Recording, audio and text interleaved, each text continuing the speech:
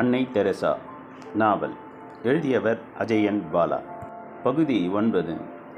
தொழுநோயாளியின் துயர் துடைத்தல். நாம் ஒருவரிடம் காட்டும் அன்பும் காதலும் உண்மையானதாகவோ மகத்தானதாகவோ இருக்க வேண்டும் என்ற அவசியமில்லை. ஆனால் தொடர்ந்து சோர்வில்லாமல் அதை செய்வதில்தான் அதன் முழுமையும் வெற்றியும் அடங்கியிருக்கிறது. சொன்னவர் அன்னை தெரசா. கல்கத்தாவில் காலிக்கு பிறகு புகழ்மிக்கதாக காலிக்கட் இல்லம் உருவெடுக்க துவங்கியது. அன்பையும் கருணையையும் தேடி வீதி வீதியாக அலையும் அனாதைகளின் கால்கள் அந்த இடத்தை நோக்கி வரத் துவங்கின. அன்னையின் விரல்கள் தொட்டதும் போராடி கொண்டிருந்த பல உயிர்களுக்கு உயிர் திரும்ப கிடைத்தது. மக்கள் அன்னையை காளியின் மறு உருவமாகவே வணங்கத் துவங்கினர். அன்பு நிறைந்த இடம் கோயில் என்றால் அன்பே உருவான அன்னை மக்கள் மனதிலே மதங்களை கடந்த கடவுள்தானே. மாற்று மதத்தை சேர்ந்தவர் திடீரென மக்கள் சேவையில் இறங்குவதற்கு பின் ஏதேனும் சதித்திட்டம் இருக்குமோ என தவறாக சிந்திப்பவர்களின் சந்தேக பார்வை அன்னையின் பக்கம் திரும்பியது. குறிப்பிட்ட நிலப்பரப்பில் வாழும் மக்களின் அனுபவங்கள் காலங்களால் கெட்டித்து கலாச்சார துன்பமாக மாறி இறுதியில் அந்த வாழ்க்கை முறையே மதமாக மாறுகிறது. எனவே எல்லா மதங்களும் அடிப்படையில் நல்ல கருத்துக்களையே சார்ந்து உருவாக்கம் கொள்ளுகின்றன. ஆனால் மனிதனின் கீழ்மை குணங்களிடம் அந்த மதம் சிக்குகிற போது அதுவே அடிப்படைவாதமாக மாறி ஆபத்தான ஆயுதமாகவும் உருமாறிவிடுகிறது. அப்படியான கீழ்மை குணம் கொண்ட சிலர் காலிக்கட்டில் அன்னை மத பிரச்சாரம் செய்கிறார், மதம் மாற்றம் செய்கிறார் என்ற தவறான வதந்திகளை பரப்பினார்கள். இதனால் சேவை செய்ய வரும் சகோதரிகள் மீது கற்கள் வீசப்பட்டன. சகோதரிகள் அதனை பெரிதும் பொறுத்து கொண்டனர். ஒரு கட்டத்தில் அன்னையின் எதிரேயே கோபத்துடன் ஓர் இளைஞன் கண்களை உருட்டி இனியும் இங்கு சேவையை தொடர்ந்தால் கொன்று விடுவேன் என மிரட்டினான். அன்னை அவனிடம், பரவாயில்லையே, இறைவனிடம் என்னை விரைவில் அழைத்து சென்று விடுவாய் போலிருக்கிறது என சிரிக்க, அவன் அடுத்து என்ன செய்வது என தெரியாமல் குழம்பி நின்றான். கையில் கல்லெடுத்தவன் கண்களில் கருணை ஒளிந்தது. நாளடைவில் எதிர்த்தவர்களே மகா காளி என்று அழைக்கும் அளவுக்கு அன்னையின் தொண்டானது பலருடைய உயிர்களை காப்பாற்றி கொண்டு இருந்தது. பல்வேறு இடங்களிலிருந்தும் அன்னையை தேடி உதவிகள் வர துவங்கின. சகோதரிகளும் அதிக அளவில் சேர்ந்திருந்தனர். அன்னை கூடுமானவரை எல்லா இடங்களுக்கும் நடந்துதான் செல்வார். அப்படி நடப்பது அவரை மேலும் சுறுசுறுப்பாக்கி கொண்டிருந்தது. அது மட்டுமல்ல, அவரது சிக்கனத்துக்கும் அது உதவி செய்தது. சமயம் கிடைக்கும் போதெல்லாம் சகோதரிகளுடன் பையை எடுத்துக்கொண்டு வீதி வீதியாக சென்று அன்னை யாசகம் எடுக்க தொடங்கினார்.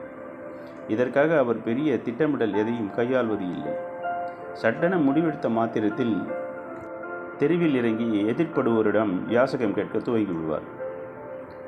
ஒரு நாள் அன்னை சகோதரிகளுடன் ஒவ்வொரு கடையாக ஏறி இறங்கி கொண்டு இருப்பதை பார்த்த ஒரு கடைக்காரன் அன்னையின் வருகைக்காக காத்திருந்தான். மனிதனின் பல்வேறுபட்ட குணங்களுள் ஒன்று குதர்க்கம். அது அவனிடம் சற்று கூடுதலாக காணப்பட்டது. எல்லோரையும் போல நாம் ஏன் அன்னைக்கு பிச்சையிட வேண்டும் என அவனுக்குள் ஒரு சாத்தான் கேள்வி கேட்டது. நம்மிடம் வரட்டும், பாடம் புகட்டுவோம் என அவன் தயாராக இருந்தான். வாயில் நன்றாக எச்சிலை கூட்டிக் கொண்டான். அன்னை வழக்கம் போல புன்னகையுடன் அவனுடைய கடைக்குள் நுழைந்தார். அன்பு தவழும் புன்னகையுடன் யாசகம் கேட்டு அவனிடம் வெறும் கையை நீட்டினார். அதற்காகவே காத்திருந்த அந்த கடைக்காரன் செய்த காரியம் என்ன தெரியுமா? அதுவரை வாயில் தேக்கி வைத்திருந்த எச்சிலை அன்னையின் கைகளில் பரிசாக உமிழ்ந்துவிட்டு அட்டகாசமாக சிரித்தான். அருகிலிருந்த சகோதரிகள் அதிர்ந்தனர். அக்கம் பக்கத்தில் உள்ளோர் திகைத்தனர். அன்னை அடுத்து என்ன செய்யப் போகிறார் என பார்த்தனர். அன்னை அந்த கடைக்காரனை நோக்கி சிரித்து கொண்டே, சரி, இது எனக்கு, என்னிடம் இருக்கும் ஆதரவற்றவர்களுக்கு என்ன தரப்போகிறாய் என்று அன்னை மறு கையை அவனை நோக்கி நீட்ட சகோதரிகளும் சுற்றியிருந்தவர்களும் கண் கலங்கினர். அப்பொழுது ஒருவரின் கண்களில் இருந்து கட்டுப்படுத்தவே முடியாத அளவுக்கு நீர் தார்த்தரையாக பெருகி ஒழுகத் தொடங்கியது. அவர் யாராக இருக்கக்கூடும்? அந்த கடைக்காரரே தான்.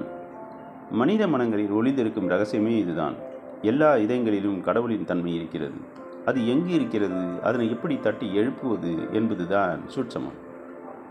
நாட்கள் நகர நகர அன்னைக்கு நோயாளிகளை விட நோய்கள் மிக நெருங்கிய நண்பர்களாகிவிட்டனர். அவற்றின் பிரச்சனை என்ன? ஒரு மனிதனை அது எதன் காரணமாக தாக்குகிறது? பின் எதை செய்யும்போது விலகி ஓடுகிறது? அது ஒருவரது உயிருக்கு எந்த வகையான பாதகத்தை விளைவிக்கிறது போன்றவற்றை குறித்து ஒரு மருத்துவரை காட்டிலும் அன்னை நன்கு கற்றிருந்தார். ஒரு நாள் ஒரு உயர்ந்த கட்டிடத்தின் வழியாக அன்னை நடந்து செல்கிற போது யாரோ ஒருவர் வழியால் முனகும் சத்தம் கேட்டது. திரும்பி பார்த்தார். கட்டடத்தின் வாசலில் படுத்து கொண்டிருந்த ஒரு தொழுநோயாளி தான். வலி தாங்க முடியாத வேதனையில் ஐயோ அம்மா என்று துடித்து கொண்டிருந்தான். அந்த பக்கமாக சென்றவர்கள் வேகமாக விலகி நடந்தார்களே ஒழிய யாரும் அருகில் வரவில்லை. அன்னை அவன் அருகில் சென்று அமர்ந்தார். நோய்களின் நகராதி அனைத்துமே அன்னைக்கு அத்துப்படியாக இருந்த காரணத்தால் அவனது வலியின் காரணத்தை எளிதாக கண்டுபிடித்தார். தொழுநோய் காரணமாக அழுகி கிடக்கும் அவனது சீழ்பிடித்த விரல்கள் தான் வலியின் காரணம் என்பதை உணர்ந்தார். அவரது கருணைமிக்க கரங்கள் அவனது விரல்களை பற்றின. அவன் துடித்தான். அன்னை அடுத்து என்ன செய்தார் தெரியுமா? தனது தோல் பையிலிருந்து ஒரு கத்தியை எடுத்தார். சற்றும் தாமதிக்காமல் அவனது சீழ்பிடித்த விடலை துண்டாக வெட்டி எறிந்தார். அப்போது அவர் செய்தது அதிரடியான சிகிச்சைதான். அந்த செயலை அப்போது அன்னை செய்திராவிட்டால் நோய் இன்னும் உடல் முழுவதும் பரவி அவனது உடலையே உருக்குலைக்க செய்திருக்கும். அவனது வெட்டிய விரலில் இருந்து இரத்தம் ஒழுக அலறிக்கொண்டே இருந்தான். அவன் அடுத்த நாள் அவன் அன்னையின் பாதுகாப்பில் அவரது மருத்துவமனையில் நிம்மதியாக தூங்கினான். அது முதல் அன்னை தொழுநோயாளிகளின் மேல் தனி கவனம் செலுத்த தொடங்கினார். இதற்காகவே காந்தி பிரேம் நிவாஸ் எனும் பெயரில் புதிய மருத்துவமனை ஒன்றை நிறுவினார். கல்கத்தா நகர வீதிகளில் எங்கெல்லாம் தொழுநோயாளிகள் வலியாலும் வேதனையாலும் துடித்தாலும் அவர்களை தேடிச் சென்று அன்னையின் கரங்கள் தொட்டு தழுவி ஆதரவாக அணைத்து கொண்டன.